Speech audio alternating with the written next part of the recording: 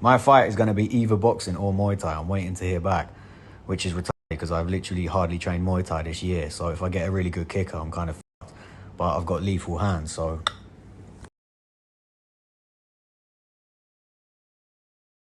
Test. Test. Right.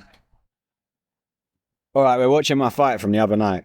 I'm proper anxious at just how much I'm going to hate myself for how shit my kicking was. I know for a fact I wasn't teeping, and my teeps were basically like the most thalidomide teeps. It was like watching a guy whose mum drank when she was pregnant with him, and he's got a gammy leg, compete in taekwondo. That's what my teeps felt like. So I know they're going to be shit. And the other thing I reckon is going to be shit is the time, the commitment to combinations, like the commitment of when I could have gone, like really going, and the frequency of that, like just going more and more and more. What I was saying, I was also just, I wanted to spend time in it. I didn't really want to finish it that early. I wanted to just get some rounds. Oh, isn't it? 5 rounds. It was supposed to be, oh yeah, the other thing as well that's funny, this was supposed to be a 3-round, this was supposed to be a 3-round fight. My trainer told me that set it up. He said he told me it was a 3-round fight. And then at the end of round 2, I said to the ref, I was like, last round. He was like, why would it be the last round? It's a pro Muay Thai fight. Like all the other fights, you fucking dumb white. It's obviously like another 3 rounds. I was like, oh, I see. And there's a part in the video I just started laughing. I was like, I fucking knew the coach because I knew the guy was lying to me. I knew he was. So those are my 2 concerns anyway, is kicking and not committing enough of combination. So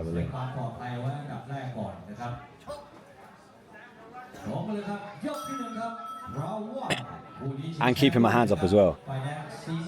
Keeping my hands up for left hooks. As I saw myself training and I noticed I'm dropping my backhand and I'm throwing my hook. The most fundamental error. So shit.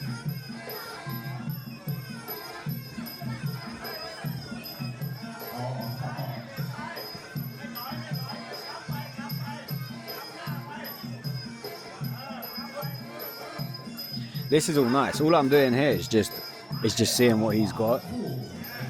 And my actual plan was just to let him know very quickly that if he tries anything with me, I'm going to hit him so hard and cleanly in ways that he's never been punched before. So that's all I was doing, was just chilling out and letting him come forward and see what he was going to throw. Giving him some little bits back. See that? See, like the distance of my kicks is just non-existent. The distance of my hands is perfect, but the distance of my kicks is just not there. Like my own teeps are getting crowded out and stuff because I'm throwing them from too close. Yeah. Because your teep is longer than your hands, but if you notice, my jabs are landing perfectly because I've been training so much boxing. I know exactly where I am for punches at all times, but I don't really know where I am at kicks. I did no Muay Thai sparring for this at all. I did like 10 rounds. None. See, that jab was that was a beautiful jab. That was a really nice jab. And back out again. Again, look at that, stinging jabs. Oh, look at those fucking angles, come on. But my angles are sick. See that, boxing, no problem.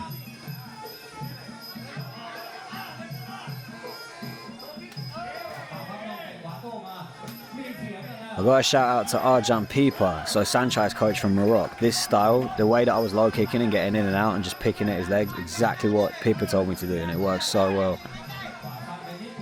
That style of chopping low kick where you just throw it and then get back up before they can throw back is a Muay for more type style.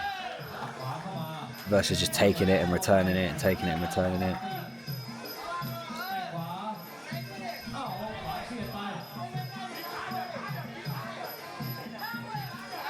That's one thing I'm gonna have to try watching this is that you can see my hips just don't really turn over properly with the kicks. It's so frustrating. They don't turn over properly, but also I find you just don't step out enough. I don't know if you... Yeah. Did you see that too? Yeah. What past is... You're not stepping off the centre line. Yeah. It's because I like catching people, I like sniping people. Yeah. And when you step off the centre line, it's so obvious that it's coming. It's hard to like crack someone with it. It's like it becomes a more macro movement where they block it and then you have to follow it up and it becomes more like an attrition battle versus like an in and out type thing. That's why Muay for Moors have such good mobility in their spine and their hips, because they don't need to step out, because they can just boom, throw it up and then create a new angle. Like, it doesn't really coincide with my personality to like step out and blast it in, and then he blasts one back, and then I throw a combination, that kind of like tennis match of strikes. It's not really who I am. And that's an important point that I touched on there, is like fighting to your style, like knowing what you're about. Look at that kick and then get out again and leave him and then turn him. Like, that's technically astute. Look at that. Yeah. I mean, that's MMA training. Coming in there like shooting a fucking double leg. Yeah. And that was another thing. I'd done no clinching at all in terms of, we did clinching, but it was only clinching. It wasn't clinching with strikes. So the transition between, as a sick combination, the transition between, you see that? Like, it's in, get hit and don't get hit. So fast. Yeah. And then getting out again.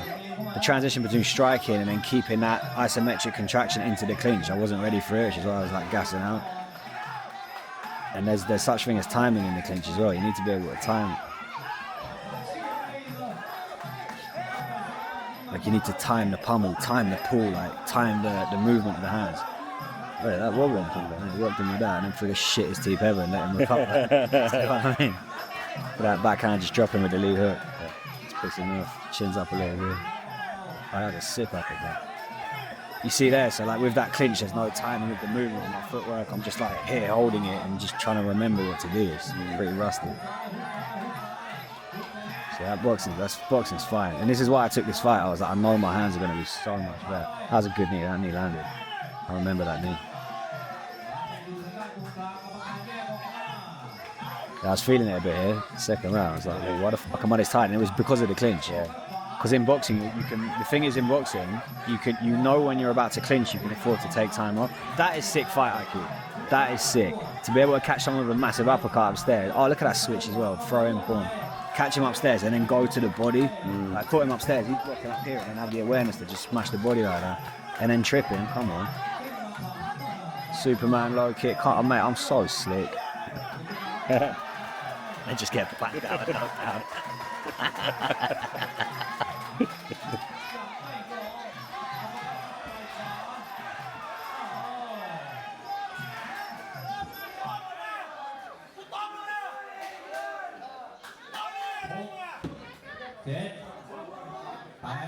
These corners getting so pushed up. Bro, I fucking hate that, bro. Alright, that is a samurai special. I've done that in every fight I've ever knocked someone down. I'll knock them down and then just do the stupidest technique instead of just finishing it. Yeah. If this was like a world title fight, there's no way I would have done that. I would have just walked up. Yelling at him. I hate that, bro. I fucking just fighting with negativity. And also, I remember when I knocked him down, I saw his corner hit him through the rope as he just got hit by me. Yeah. It's just bullshit. That's just bollocks. Why does he get in the fucking ring then? Yeah. How about I call him out? What's he doing? Wanker. How's that going to get the best out of your guy? It's like an abusive parent. Yeah. Your shit, son, be better. Like, why is the son going to be better? Like, he's not. Life's just going to get worse. How's your fight going to improve if you're just filling him with hatred? Fuck prick. That's pissed me off seeing that, right? Like, the guy's in there putting his fucking heart on the line for what? So he can get abused. Get hit by me and abused by his own team. Dickhead. Who is that? Do you know? Is that part from his gym? That's his. Yeah, that's the gym owner or the manager. Fuck that gym.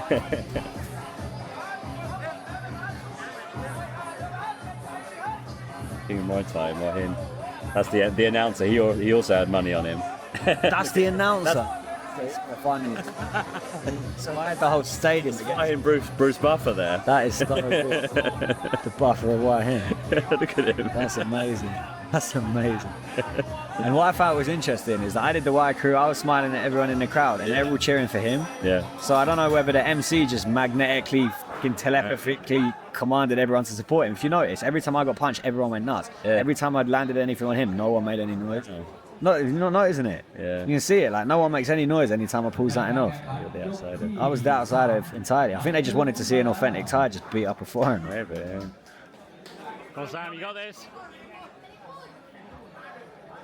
That's a good technique, by the way, for anyone fighting watching this. Hold your hands up. Every time you try this, actually, I'll pause it just for this one point. Actually, I'll tell you what, I'll do it after. But that's a good point. Always hold your hands up when you're tired. Just to tell yourself that you're better and that you'll win to other judges. Yeah, exactly. Just tell the universe. Put it in the algorithm that you've got unlimited energy. I mean, that's nice. Look, faking the teep, landing a low kick, jumping back out again, then going up with the hands.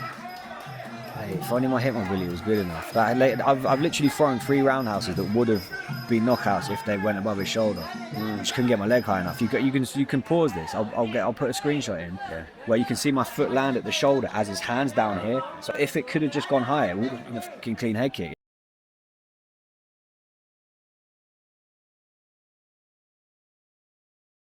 It happens like 4 times. I remember it. I remember just thinking, hopefully the work I'm doing with Seb. Mate, that calf kick hurt so much, which is why I was shaking my head. Really? Yeah, I didn't check it with my shin. That's what I was saying in the market the other day.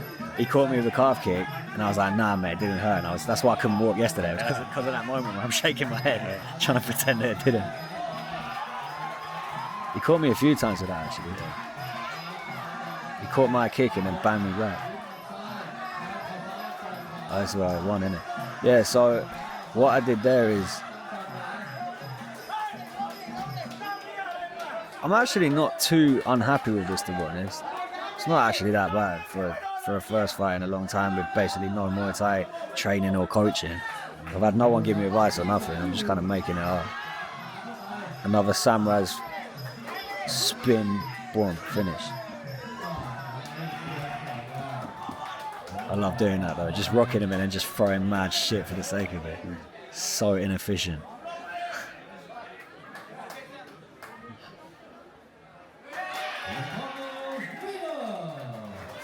Right, this made me sick. Seeing just his corner not even come in, like what the